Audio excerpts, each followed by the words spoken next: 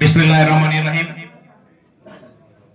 গমস্তাপুর ইউনিয়নের বিভিন্ন ওয়ার্ড থেকে আগত সম্মানিত বাংলাদেশ জাতীয়তাবাদী দল বিএনপির নেতা ও কর্মীবৃন্দ, মঞ্চে উপবিষ্ট নেতৃবৃন্দ, সকলকে জানাচ্ছি আমার আন্তরিক সালাম। আসসালামু আলাইকুম। কেমন আছেন আপনারা সকলে? আপনাদের সকলের প্রতি ধন্যবাদ জানাচ্ছি। আমাদের এই ডাকে আপনারা সাড়া দিয়েছেন। খুব সংক্ষিপ্ত সময়ের মধ্যে আপনারা যেখানে উপস্থিত হয়েছেন সেই জন্য আপনাদের সকলকে আবারও ধন্যবাদ জানাচ্ছি। আপনারা ইতিমধ্যে পূর্বে যারা কথা বলেছে তাদের মাধ্যমে জানতে পেরেছেন আজকে এখানে আমরা কেন একত্রিত হয়েছি। আমরা এখানে সকলে উপস্থিত হয়েছি আগামী মাসের 12ই ফেব্রুয়ারি ত্রয়োদশ জাতীয় সংসদ নির্বাচন। সেই নির্বাচনে আমাদের সকলের প্রাণপ্রিয় দল বাংলাদেশ জাতীয়তাবাদী দল বিএনপির ধানের শীষ মনোনীত প্রার্থী মোহাম্মদ আলহাজ আমিরুল ইসলাম, তাকে আগামী জাতীয় সংসদ নির্বাচনে আমরা সকলে ঐক্যবদ্ধভাবে বিপুল ভোটে জয়যুক্ত করব ইনশাআল্লাহ। ইনশাআল্লাহ। আপনারা সকলেই গমস্তাপুর ইউনিয়নের বাসিন্দা। আপনাদের সকলেরই মনে একটা আশা ছিল যে স্থানীয়ভাবে একজন এখানে এমপির যদি নমিনেশন পাই তাহলে আপনাদের গর্বে বুকটা আরো বড় হয়ে যাবে। আপনারা সকলে অনেক আশা করেছিলেন, সেই আশার বহিঃপ্রকাশ আমরা দেখেছিলাম আমাদের সকলের কাঙ্ক্ষিত প্রার্থী মোহাম্মদ আশরাফ হোসেন আলিম।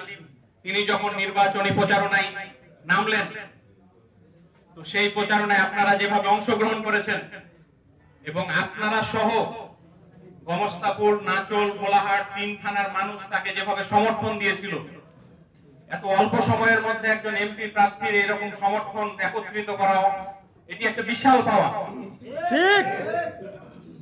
যারা রাজনীতি করেন, রাজনীতির ভালো মন্দ নিয়ে সব সময় সমালোচনা করেন, বুঝেন, তারাই জানেন যে এই জিনিসটা অর্জন করতে গেলে একটা মানুষকে কতটা জনপ্রিয় হতে হয়। ঠিক। একটা সাধারণ মানুষের সাথে একজন প্রার্থীর কতটা আন্তরিকতা তৈরি হলে মানুষ অল্প সময়ের মধ্যে তাকে এত উঁচুতে নিয়ে যেতে পারে। সকলেই কিন্তু আমরা চেষ্টা করেছিলাম।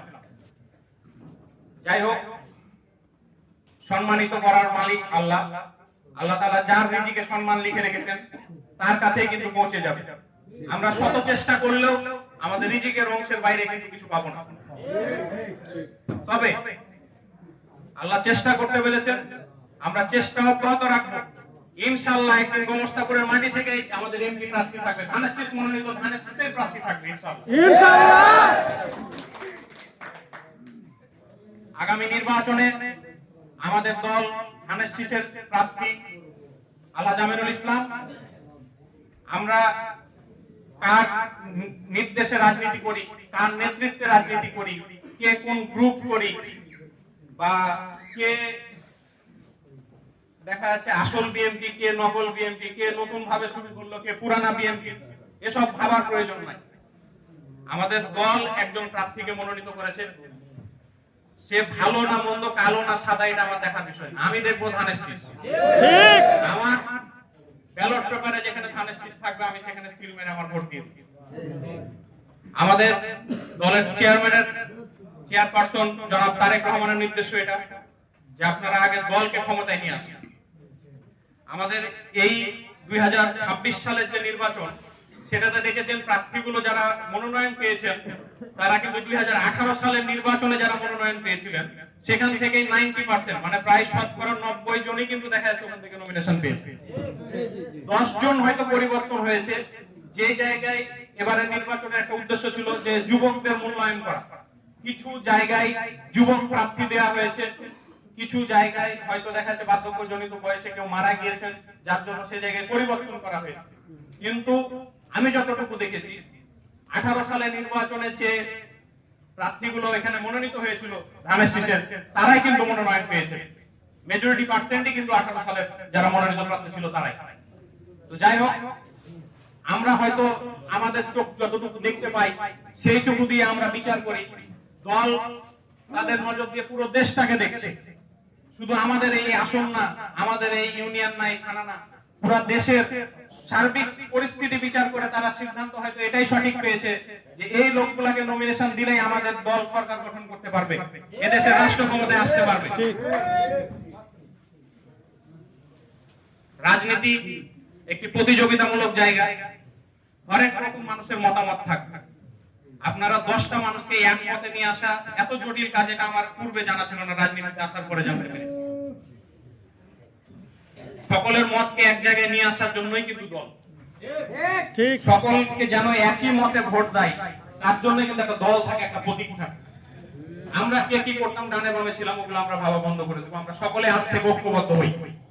অনেকের মনে প্রশ্ন ছিল, অনেকে বলতো আমরা কখন থেকে নামবো। আমরা কোন সময় ভুল সময়ে নামিনি। আশরাফ চেয়ারম্যানের পরিবার, গমস্তাপুর ইউনিয়নের নেতা কর্মীবৃন্দ কখনো দেরি করেনি, কখনো ভুল সময়েও নামেনি, ভুল কোনো কাজও করেনি। আমরা আজও দেখেন সঠিক সময় কিন্তু নির্বাচনের প্রচারণায় নামছি।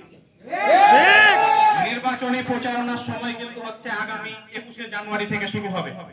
নির্বাচন প্রচারণা চলবে সম্ভবত ফেব্রুয়ারি 10 তারিখ পর্যন্ত। আমরা সঠিক সময়ে নেমেছি। কিছু মানুষ অতি উৎসাহী হয়ে আগে থেকে নামে। আগে থেকে অনেক নেতা কর্মীকে দেখেছি যে মনোনয়নের গুঞ্জন থেকে যখন একটু ঘোষণা পেল যে না ওখানে মনোনয়ন চলে যাচ্ছে, তখন থেকে ওখানে দেন দরবার করা শুরু করেছিল। গত 6-7 বছর রাজনীতি করতে যেয়ে এটুকু বুঝতে পেরেছি যে এই লোকগুলো রাজনীতির থেকে নিজের পেটের পূজাটা বেশি করে। ঠিক রাজনীতি যদি করতো তাহলে রাজনীতির ভালো মন্দর জন্য অপেক্ষা করতো, বোঝার চেষ্টা করতো। এরা সব সময় চেষ্টা করে, এরা দৌড়ঝাঁপ করে যে আমার মনে হয় জায়গাটা চলে যাবে, আমি ওই জায়গায় গিয়ে পিছিয়ে যাবে। আমরা আজ যারা এখানে উপস্থিত হয়েছি, আমরা দলের কোন সরকারি সুযোগ সুবিধা নেওয়ার জন্য নাই, আমরা দাবি খাটিয়ার খাওয়ার জন্য নাই, সরকারি সুযোগ সুবিধার আশায় এখানে মরিয়া হয়ে থাকি না। বিগত 17 বছর আওয়ামী লীগ সরকার এদের শাসন করেছে, আমরা সুযোগ সুবিধা পাইনি। আল্লাহ কিন্তু আমাদের প্রত্যেককে ভালো রেখেছে, আমাদের দিন কিন্তু পার হয়ে গেছে। যতদিন বেঁচে থাকবেন আল্লাহ আপনাদেরকে এভাবে পার করে নিয়ে চলে যাবে। কোন চেয়ারম্যান, মেম্বার বা এমপি আপনাদের ভাগ্য পরিবর্তন করতে পারবে না। আপনার ভাগ্য যা আছে সেটাই ঘটে। কিছু মানুষ যায়, উদ্দেশ্য একটাই, সরকারি সুযোগ সুবিধাটা আগে নিতে হবে। এমপির কাছে যদি ওখানে তাড়াতাড়ি তার সুনজরে আসতে পারি, কিছু কাঁচা টাকা ইনকাম হবে, কিছু টাকা পাবো, পোস্টার ব্যানার লাগাইতে দিব, ওখান থেকে ইনকাম হবে। সেটাও যদি না যায়, তার নামটা ব্যবহার করে কাউরের পকেট থেকে 10 টাকা বাইর করে নিতে পারবে। জায়গা তো সরকারি অফিস আদালত তো আছেই। আমার এই কথাগুলো হয়তো সবারই খারাপ লাগবে না, যারা এগুলো করে তাদেরই খারাপ লাগবে। রাজনীতি সেবা করার জায়গা। রাজনীতির প্রথম শব্দটা হচ্ছে সেবামূলক প্রতিষ্ঠান। রাজনীতির যে সংগঠনটা, এই দলটা, এটা হচ্ছে সেবা করার জন্য, কোনো কিছু অর্জন বা পাওয়ার জন্য না। একটা মানুষ যদি মন থেকে রাজনীতি করে, তার জীবনে অর্জনের থেকে ধ্বংস বেশি থাকে। আর যদি সে রাজনীতিটা ব্যবহার করে সম্পদ তৈরি করার চেষ্টা করে, তাহলে দেখবেন যে তার যতটুকু কষ্ট নয় তার থেকে হাজার হাজার গুণ সম্পদ তৈরি হয়ে যায়। যার উদাহরণ কিন্তু আমাদের দেশে অনেক মানুষের মধ্যে আছে।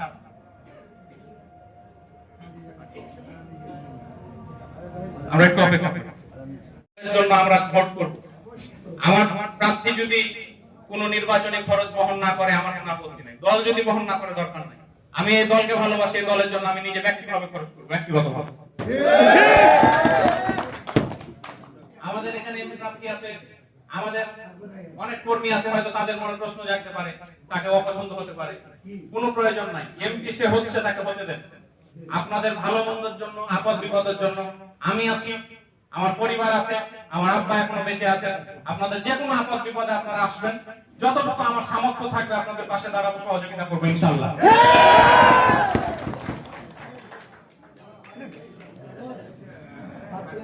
কোনো কিছু হারিয়ে যাবার নাই। আমরা বৈধভাবে চেষ্টা করেছিলাম একজন প্রার্থী যেন মনোনয়ন পায়।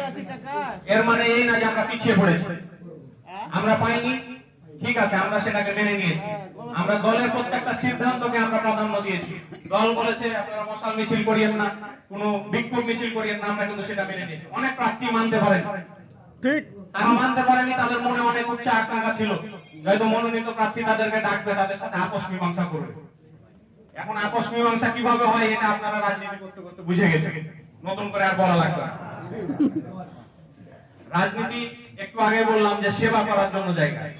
আমি 2018 সালে সর্বপ্রথম আলহাজ আমিনুল ইসলাম, তখনও তিনি ধানের শীষের মনোনীত প্রার্থী ছিলেন, আমি তার ভোট করেছিলাম।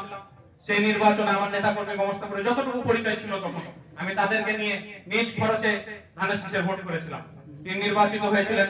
আমি আস্তে আস্তে রাজনীতিতে আসলাম, নির্বাচনে অংশগ্রহণ করলাম, স্থানীয় নির্বাচনে ইউনিয়ন পরিষদের। আল্লাহ তাআলা যেটা চেয়েছিলেন আমার ভাগ্যে ছিল, আমার সেটা হয়েছিল। তবে সেই যে পরাজয়টা ছিল 21 সালে, সেটা আমি পরাজয় মনে করি না, কারণ বিগত 17 সালে আওয়ামী লীগ সরকার নির্বাচন করেছে বলে আমার বিশ্বাস হয় না। সবকিছুই ছিল নির্ধারিত ছাড়া তারা কোনো কিছু করেনি, সবকিছুই বানোয়াট। আমরা ভোট দিয়েছি, সারাদিন আমাদের সাথে একটা তামাশা হয়েছে, দিন শেষে তাদের যেটা লিখিত ছিল সেটা আমাদেরকে হাতে ধরিয়ে দেওয়া হয়েছে। আর একটা জিনিস অস্বীকার করেন না যে ইভিএম এ ভোট, এটা কোনো ভোটই না। অন্যান্য জায়গার মানুষ তো ব্যালটে সিল মারতে পেরেছে, আমাদের ওইটাও মানে পাইনি আমরা। ইভিএম এ ভোট মানে পুরাটাই চিটার। যাই হোক, আপনারা এখানে যারা এসেছেন সবাই মুরব্বী, আপনারা রাজনীতি করতে করতে, ধানের শীষের পক্ষে কাজ করতে করতে আপনারা আপনাদের এই জীবনের প্রায় শেষ সময়ে অনেকে আছেন। জীবনে আর যাই কিছু করেন, রাজনীতি করেন নিজের সম্মানটা ধরে রাখেন। দল বা কোনো প্রার্থীর জন্য এতটা মরিয়া হওয়ার কিছু নাই যে যেন নিজের সম্মান চলে যায়। নিজের সম্মান বজায় রেখে দল করতে হবে, নিজের সম্মান বজায় রেখে প্রার্থীর জন্য কাজ করতে হবে। প্রার্থী যদি আপনাকে যথাযথ মূল্যায়ন না করে, তার পিছনে হাঁটার দরকার নাই। আপনাকে যে সম্মান দিবে তার সাথে আপনি চলবেন, তার জন্য আপদ বিপদ ঘাড়ে তুলে দিবেন। সম্মানটা সব থেকে আগে দিতে হবে। আমার যদি সে প্রয়োজন বোধ মনে না করে, কাউকে নিয়ে যদি সে খুশি থাকে, থাক, কয়দিন চলবে, এক সময় নিজেই শেষ হয়ে যাবে। রাজনীতি একটি চলমান প্রক্রিয়া। এটা যদি আপনি গ্যাপ দিয়ে দেন, ওই গ্যাপ আপনি কখনো কিন্তু মেকআপ করতে পারবেন না, ওই দুঃখটা আপনি কাছে টানতে পারবেন না, ওটা আপনার একটা ফাঁকা জায়গা থেকে যাবে। যে একই জিনিসটা আপনার অস্বীকার না করলে হবে না যে আমার আব্বা মোহাম্মদ আশরাফ হোসেন আলিমের ক্ষেত্রে ঘটেছিল। উনি যদি এই একটা দীর্ঘ সময় যদি রাজনীতি থেকে দূরে না থাকতো, তাহলে কিন্তু তার জীবনে আমার বিশ্বাস যে আরো 10 বছর আগে সেম কি হয়ে যেত। উনি অনেক অল্প বয়সে চেয়ারম্যান হয়েছিলেন আপনাদের এই ভোটে, খুবই অল্প বয়সে আপনারা তাকে অনেক বড় সম্মান দিয়েছিলেন। এখন তো তাও অনেক জায়গায় দেখতে পাওয়া যায় খুব অল্প বয়সী এমপি, অল্প বয়সী চেয়ারম্যান, কিন্তু আজ থেকে 30 বছর আগে এটা একটা বিরল বিষয় ছিল। আপনারা তাকে সে যোগ্য মনে করে সে সম্মান দিয়েছিলেন।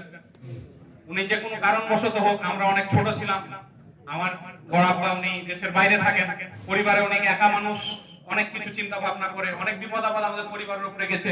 যারা পুরনো মানুষ আছেন তারা জানেন। রাজনীতিতে আসার কারণে আমার আব্বা সে সময় 97 সালে উনি 97 সালে পাশ করেছিলেন, 98 সালে দায়িত্বে ছিলেন। 98 সালে তখন কিন্তু আওয়ামী লীগ সরকার ক্ষমতায়। রাজনীতি করার জন্য আমাদের পরিবারের উপরে 2টা হত্যা মামলা হয়েছিল, যার জন্য দীর্ঘদিন আমার দাদা এবং আমার আব্বাকে কিন্তু বাড়ি থেকে পালিয়ে থাকতে হয়েছিল। অনেক জুলুম নিপীড়ন সহ্য করতে হয়েছে। আমাদের বাসস্থান ছেড়ে আমাদেরকে নতুন বাসস্থানে আসতে হয়েছে। নতুন মানুষ অনেকে এগুলো জানে না,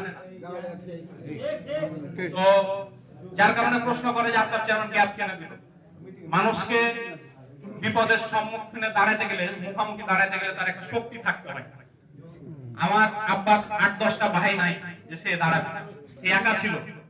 আমরা ছেলে যে 2জন ছেলে, তার আমরা ছোট ছিলাম, যার কারণে বিভিন্ন পরিস্থিতির কারণে তাকে কিন্তু পরিবারকে আগলে রেখে থাকতে হয়েছে, রাজনীতি থেকে দূরে থাকতে হয়েছে।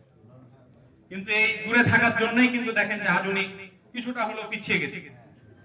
আমি যখন এই নমিনেশন নিয়ে ফাইনাল কথাবার্তা চলে, আমি সম্ভবত নভেম্বর মাসের 12 তারিখে শিওর হয়ে গেছিলাম, অক্টোবর মাসের 12 তারিখে শিওর হয়ে গেছিলাম যে নমিনেশন কে পাচ্ছে।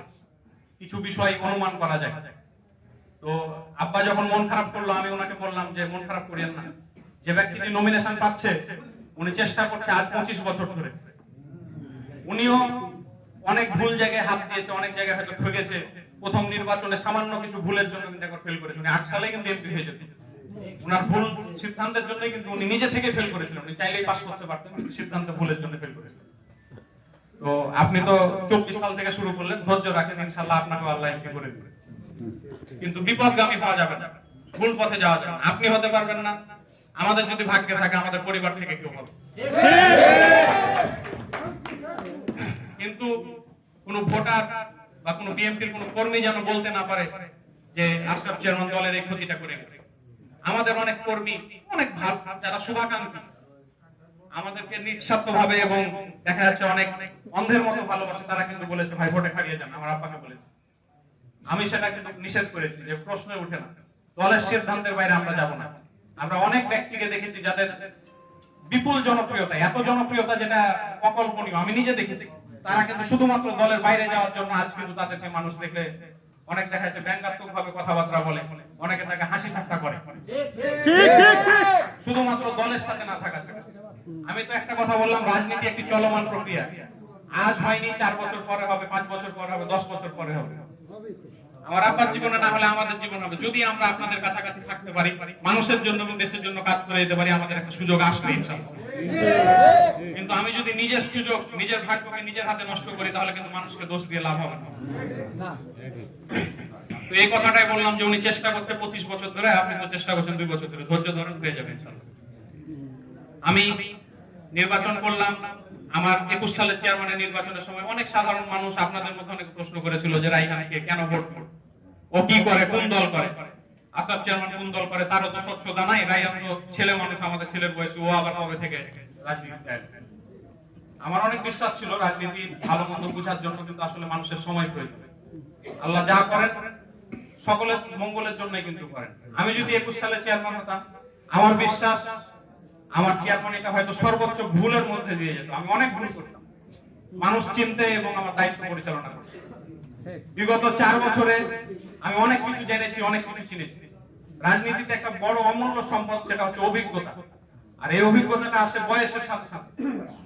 আজ আমার যে সিদ্ধান্তটা সঠিক মনে হচ্ছে, হয়তো 50 বছর বয়স যখন আমার হবে, তখন আমি নিজেই হয়তো হতাশাগ্রস্ত হবো বা হাসবো যে সেদিন একটা ভুল সিদ্ধান্ত নিয়েছিলাম, কিভাবে নিলাম, আমার বুদ্ধিতে ধরলো না।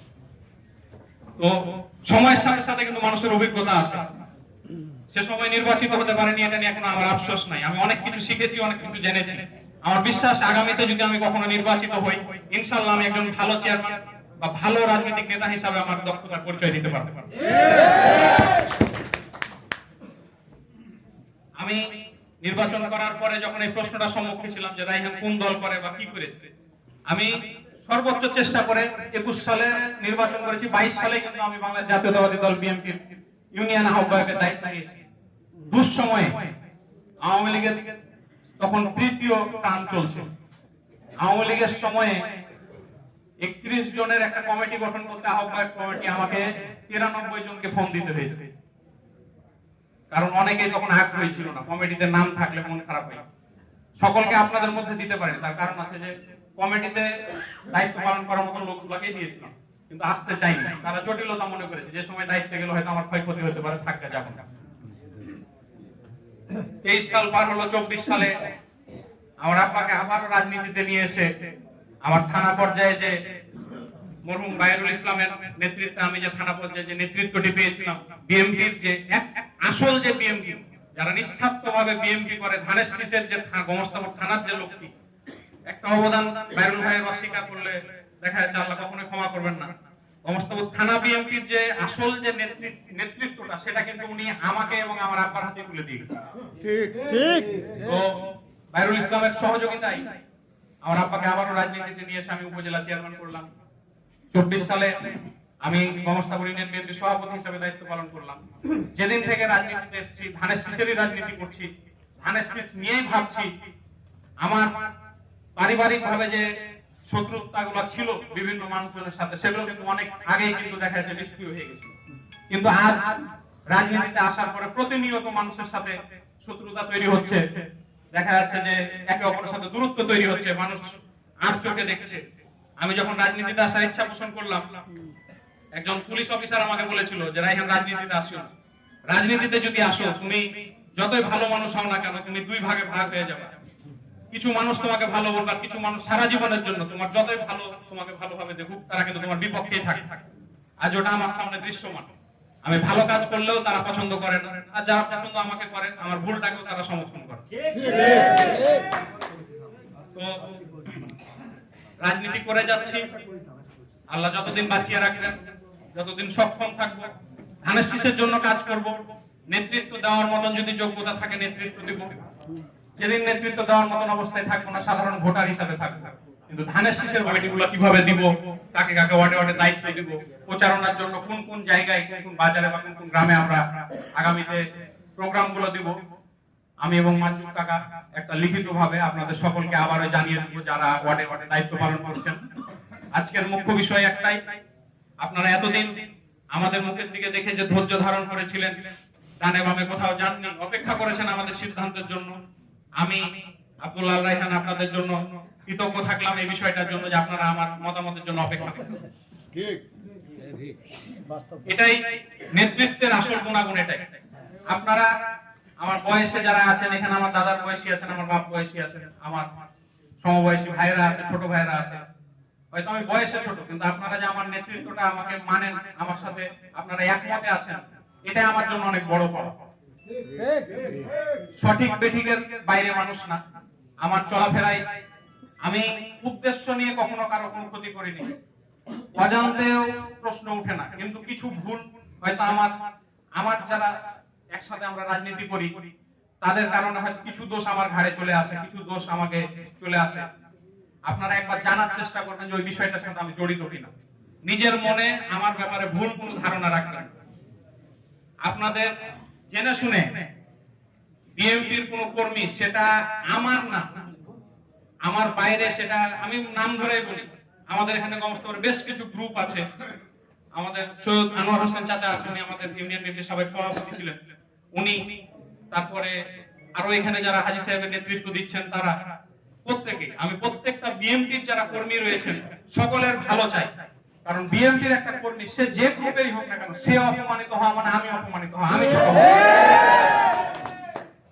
মানুষ কিন্তু বাইরে যা বলবে যে বিএনপির ওই কর্মীটা আছে আমি এই ক্ষতিটা করে দিলাম, ওর শার্টের কলার ফেলেছি, কই আমার কিছু করতে পারবে না। ওকে বলা মানে আমাকেই বলা, কারণ আমিও বিএনপি করি। ঠিক আমরা গ্রুপ নিজের স্বার্থের জন্য মানুষ ভাগ করে দিচ্ছি, নিজের স্বার্থের জন্য, নিচে কিছু লাভবান হওয়ার জন্য।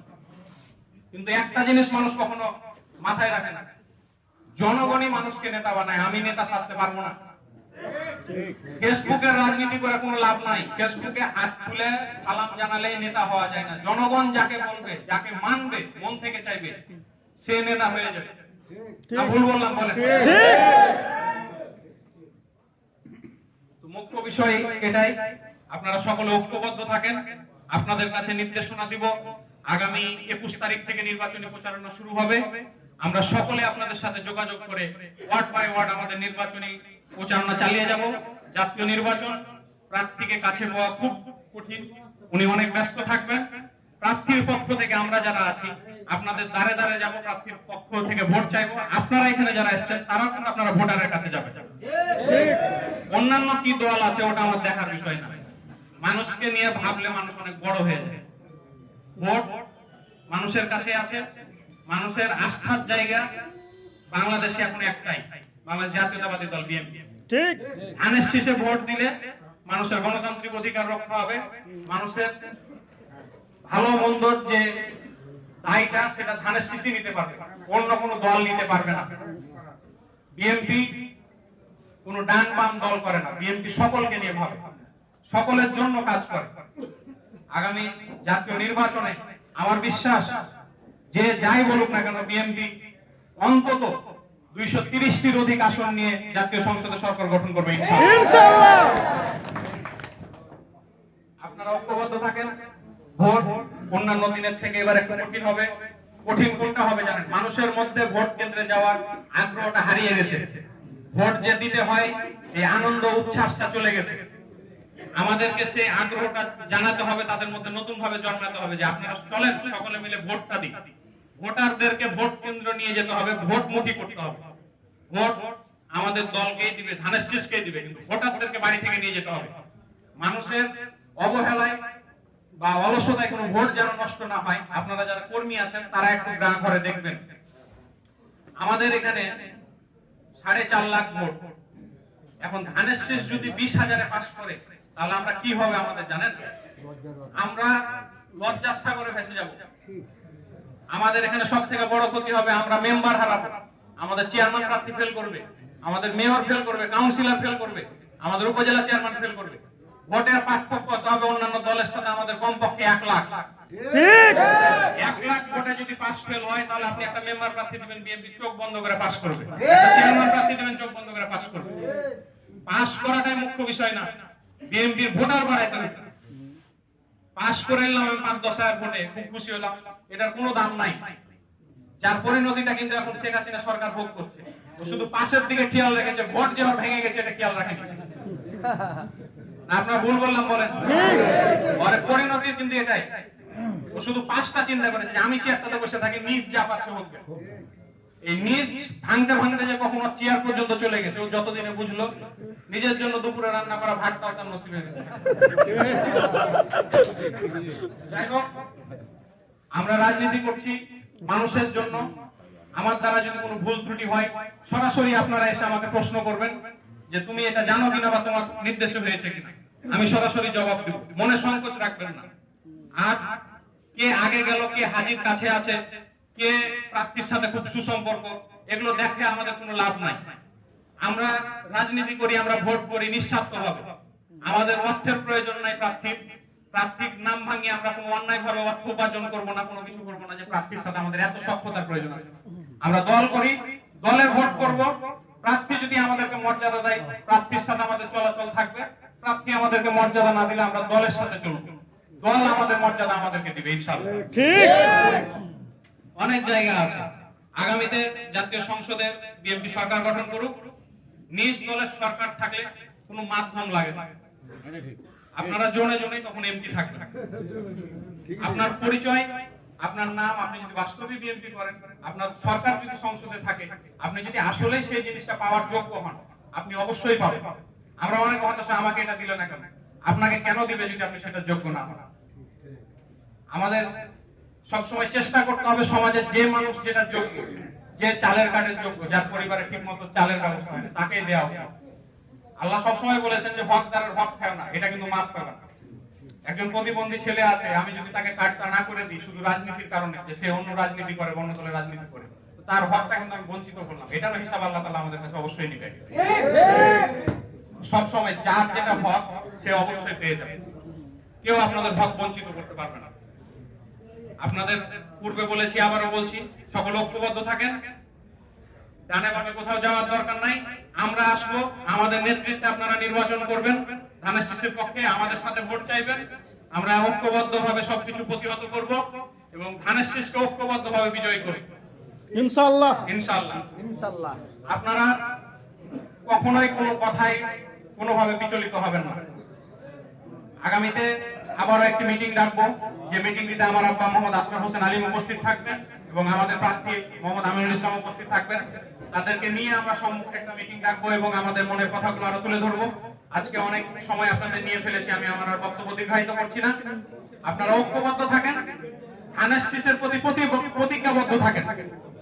কখনোই কোনো কারণে কোনো একজন নেতা কর্মীর ব্যবহারে মনক্ষুণ্ণ হয়ে বিপদগামী হয়েন না। ভোট আমরা ধানের শীষে দিব। আজকে এখান থেকে আপনারা সকলে প্রতিজ্ঞা করছেন ইনশাআল্লাহ। আমরা সকলেই ধানের শীষকে বিপুল পরিমাণে ভোট দিয়ে জয়ী করব। আর আপনাদের আবারও আমি বলছি, আপনাদের যে কোনো প্রয়োজন, যে কোনো আপদ বিপদ, সেটা আপনাদের পারিবারিক হোক, শারীরিক কোনো জটিলতা হোক, মামলা মোকদ্দমা সংক্রান্ত হোক, আপনারা আমার কাছে আসবেন। আমার যতটুকু সাধ্যে থাকবে, আল্লাহ তাআলা আমাকে যতটুকু শক্তি দিবে, আমি আপনাদের জন্য কাজ করব ইনশাআল্লাহ। যেহেতু এখন মিছিল করা যাবে না, নির্বাচনে বিধি লঙ্ঘন হয়ে যাবে, আমরা মিছিল করতে পারবো না। তো আমরা এখানে মিটিংটা শেষ করার পরে সকলে ঐক্যবদ্ধভাবে আমরা বাজার দিয়ে গিয়ে, আপনারা সকলেই চিনেন সুপরিচিত একটি দোকান আছে, মোবাইল ভাই চায়ের দোকান আছে আমাদের বাড়ির ওই পারে, আমরা সকলে একত্রিতভাবে ওখানে গিয়ে আমরা সকলে চা খাবো। কোনো মিছিল করা কিন্তু যাবে না, মিছিল হচ্ছে আইনি ভাবে এখন নিষেধ আছে, সেহেতু আমরা সকলে শুধু একত্রিত ভাবে আমরা হেঁটে গিয়ে ওখানে চা খাবো এবং ওখানে গিয়ে আমাদের আজকের মিটিং এর সমাপ্তি ঘোষণা করব। আপনারা সকলে ভালো থাকবেন, সুস্থ থাকবেন, আর একে অপরের জন্য যারা বিএনপির কর্মী আছেন তাদের জন্য সাহায্যের হাত বাড়িয়ে দেবেন, সে যে গ্রুপেরই হোক, যেই হোক না কেন, সকল ভেদাভেদ ভুলে একে অপরকে সহযোগিতা করবেন। এ বলে আমার বক্তব্য শেষ করছি। আসসালামু আলাইকুম।